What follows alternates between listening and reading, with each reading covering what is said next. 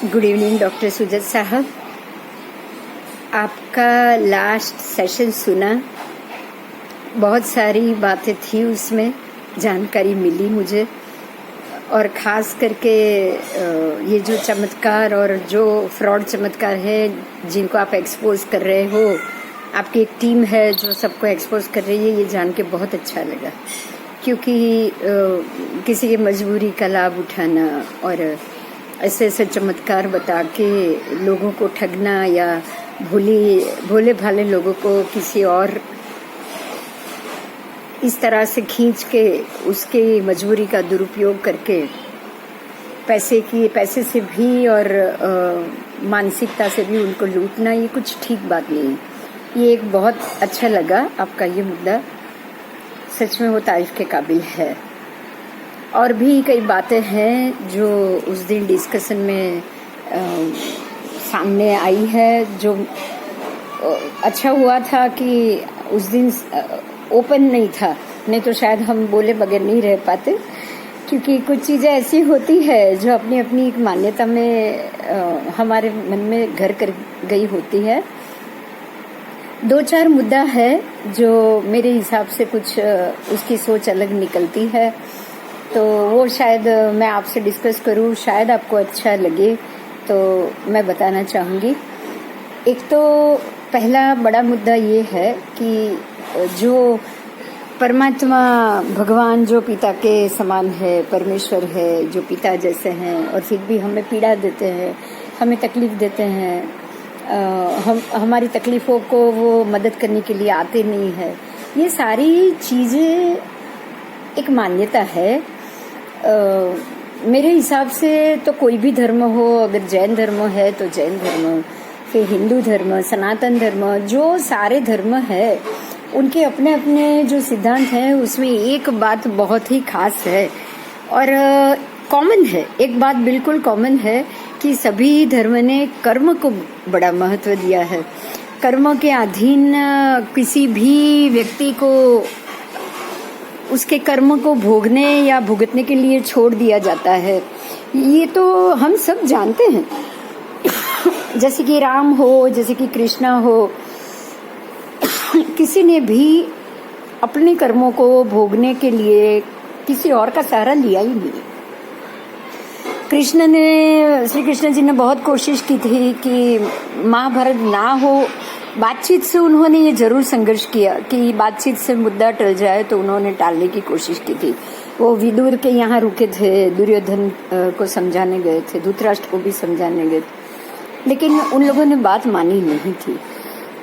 तो जब युद्ध की बारी आई तो कृष्ण ने भी 2 ऑप्शन दे दिए, या तो मेरी चतुरंगिनी सेना रहेगी या मैं रहूंगा। तो अगर जहां मैं रहूंगा मैं हथियार नहीं उठाऊंगा। तो ये तो बहुत सीधी बात है कि भगवत गीता में भी, और खास करके पुरुषोत्तम 15वां अध्याय, जो संसार से वैराग्य, खास करके मोक्ष और कर्म के अधीन जीवों को अपने कर्मों को कैसे हटा के उसमें से बाहर निकलना चाहिए, उसमें अगर आप देखे जाओ तो परमात्मा कहीं मदद करते ही नहीं है। परमात्मा सिर्फ रास्ता बताते हैं, भगवान रास्ता बताते हैं, वो मदद नहीं करते हमारी। ना अगर हम तकलीफ में होंगे तो बचाने आएंगे, ना ही हमें वो तकलीफ में डालेंगे। तो पहला तो ये जो मुद्दा था कि भगवान ही सबको तकलीफ देते हैं, तो फिर भगवान किस काम के। तो ये सारी चीजें भ्रामक है, बनी बनाई घड़ी हुई बातें हैं। हकीकत ये है कि परमात्मा किसी को भी मदद नहीं करते और खुद भी दूसरे की मदद नहीं लेते हैं। अगर राम जी चाहते तो हनुमान जी से सीता जी को लंका से वापस मंगवा सकते थे। हनुमान जी खुद भी एक पेड़ में ही सीता जी को बिठा के पेड़ भी उठाकर ले आते तो भी ला सकते थे, लेकिन जानते हैं ये कर्म की व्यवस्था है, हर एक को अपने अपने कर्म खुद ही खेड़ने पड़ते हैं। ये राम जी भी जानते थे, ये कृष्ण भी जानते थे, और सभी जो भी संत महात्मा जो भी भगवान के रूप में हैं वो सब ये जानते हैं। हाँ, एक प्रणाली है जो राक्षस राज कहा जा सकता है या ऐसा कुछ कहा जा सकता है, जैसे हिरण्यकश्यप थे, जैसे रावण थे, वहां पे ये बातें थी कि भाई आप अगर हमें सरेंडर होगे तो हम आपका सारा काम कर लेंगे। लेकिन परमात्मा या परमेश्वर ने कभी ये बात नहीं बताई। दूसरी एक खास बात कि जो फॉरेन में जो लोग हैं वो ऐसे मंदिर वंदिर और उसके पीछे ये ढकोसले में नहीं गए हैं, तो एक बात हमें बहुत गौर से समझनी पड़ेगी कि ऐसा कोई भी देश नहीं है जो श्रद्धा में ना मान रहा हो। वो लोग भी कन्फेशन भी कर लेते हैं रोज डेली चर्च में जाके, उनके लिए चर्च ही मंदिर। ऐसा तो है ही नहीं कि वो किसी और जगह अपना माथा नहीं टेकते हैं या अगर की हुई गलती का वो प्रायश्चित नहीं मांगते हैं, वो भी मांगते हैं। ऐसा नहीं है। हाँ, हमारे जैसे बड़े मंदिर या मंदिर में पूजा या पूजा की विधि ये सब नहीं है, क्योंकि वो भी सबके अपने अपने कारण है। हमारे जो धर्म में ये सारी विधि है उसका भी खास कारण है, अभी मैं वो मुद्दे पे आऊंगी। जैसे कि आत्मा का एग्जिस्टेंस नहीं है ऐसा साइंस मानता है, आत्मा का एग्जिस्टेंस है और मेडिकल साइंस से तो इसको माना ही है। मेडिकल साइंस आपको पता है, आप तो खुद डॉक्टर हो, आपको ये मालूम है कि जब तक इंसान के अंदर प्राण बाकी है मेडिकल पूरी मेहनत करता है। एक डॉक्टर एड़ी चोटी का जोर लगा देता है कि कुछ भी हो जाए, इसके बाकी के ऑर्गन भी अगर फेल होने हो जाए, लेकिन इसके प्राण बचने चाहिए, है ना। तो आत्मा का एग्जिस्टेंस नहीं है ऐसा साइंस अगर मान रहा है तो ये बहुत बड़ी गलती है। और अगर मेडिकल साइंस इसको मान रहा है तो फिर हम तो आत्मा का एग्जिस्टेंस होके ही मान के ही आगे चलेंगे, क्योंकि एक डेड बॉडी की तो कोई भी डॉक्टर सेवा करता नहीं। अगर एक व्यक्ति मर गया है, उसके अंदर से प्राण पंखीरू उड़ गए, देखिए ये शब्द भी समझने जैसा है।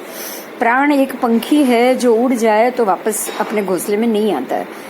तो जो व्यक्ति ने अपने प्राण खो दिए हैं, क्या डॉक्टर उसकी हेल्प कर सकता है? क्या आपका आईसीयू उसे बचा सकेगा? नहीं बचा पाएगा।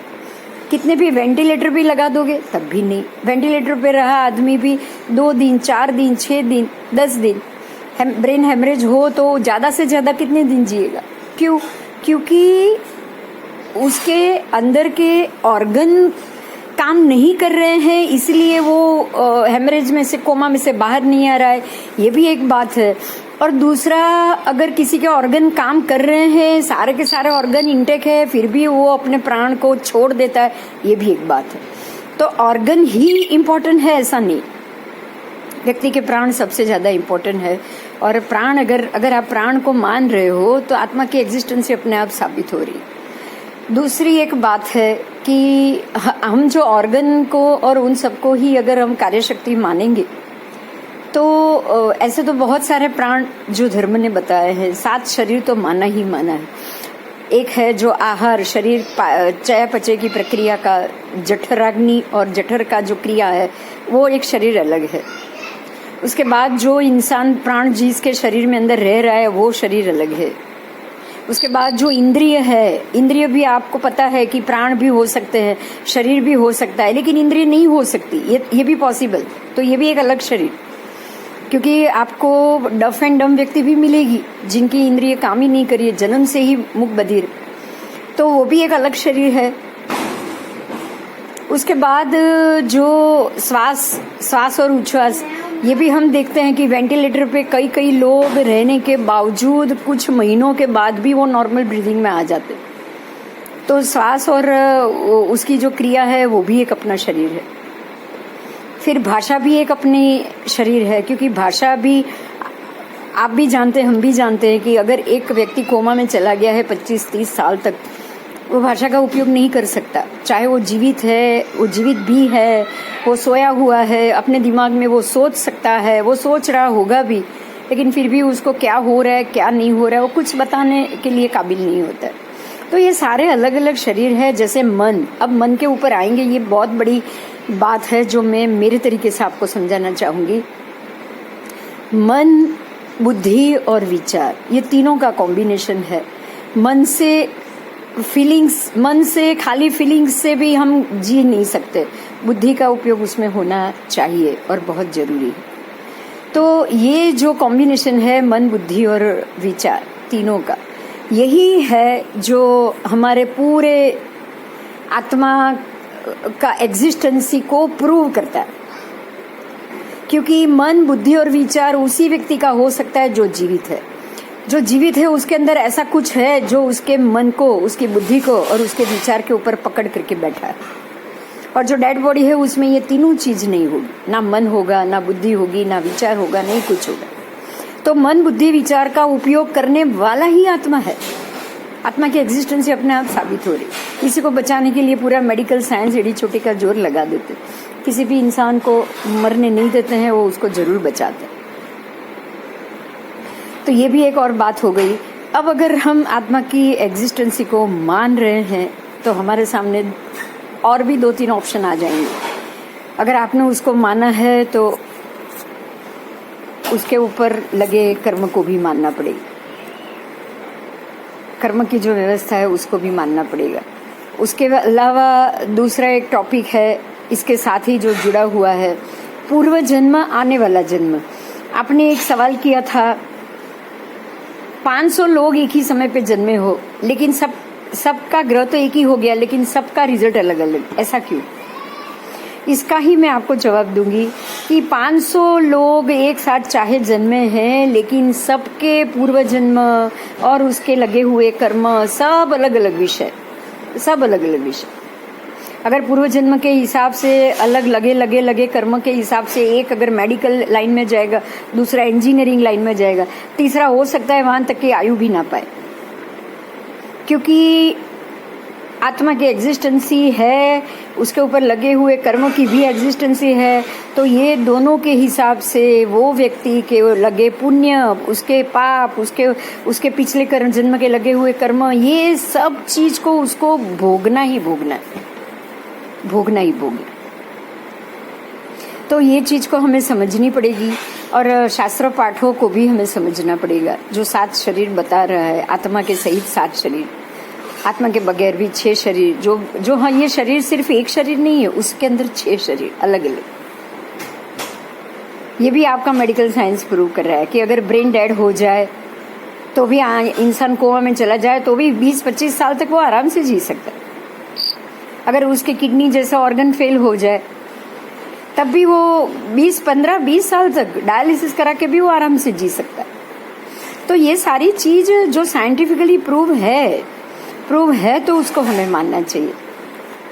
आपसे ये मुलाकात बहुत ही पहला जो दौर था, शायराना अंदाज था, आपका भी था, माहौल भी बहुत अच्छा था, बिल्कुल दिल से दिल की बातें आप कर रहे थे और हम भी संगीत के मामले में आपसे जुड़ गए।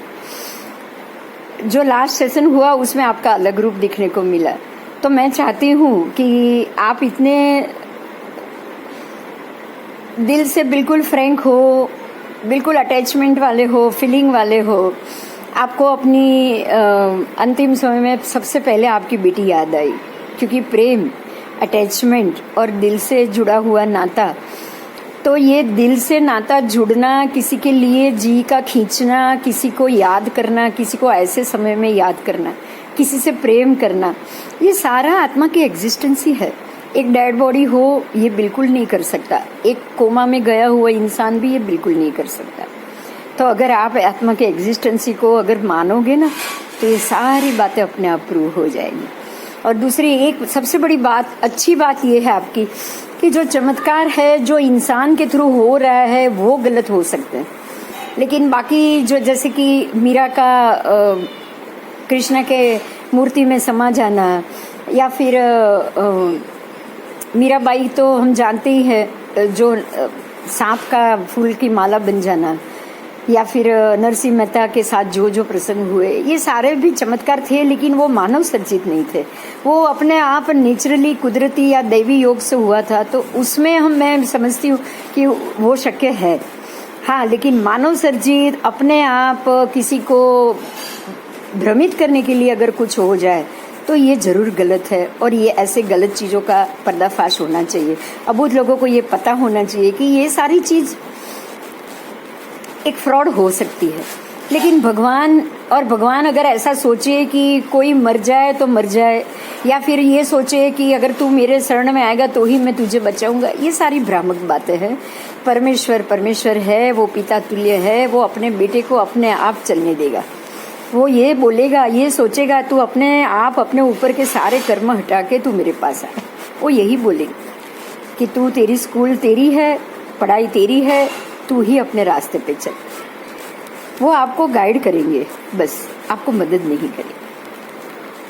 ठीक है, मुझे ऐसा लगा है कि शायद आपको मेरी बातें कुछ और लगी हो, या अच्छी भी लगी हो, या समझ में भी ऐसा लगे कि नहीं कि चलो ये बातें भ्रामक है, तो भी ठीक है।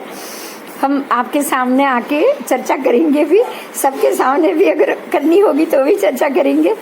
ऐसे ही वीडियो भेजना आप कहोगे तो ऐसे भी भेज देंगे, लेकिन जो बात मन में है उसको बाहर लाना जरूरी है। आप भी प्रत्युत्तर देंगे, मुझे अच्छा लगेगा। ठीक है जी, thank you very much. Good night.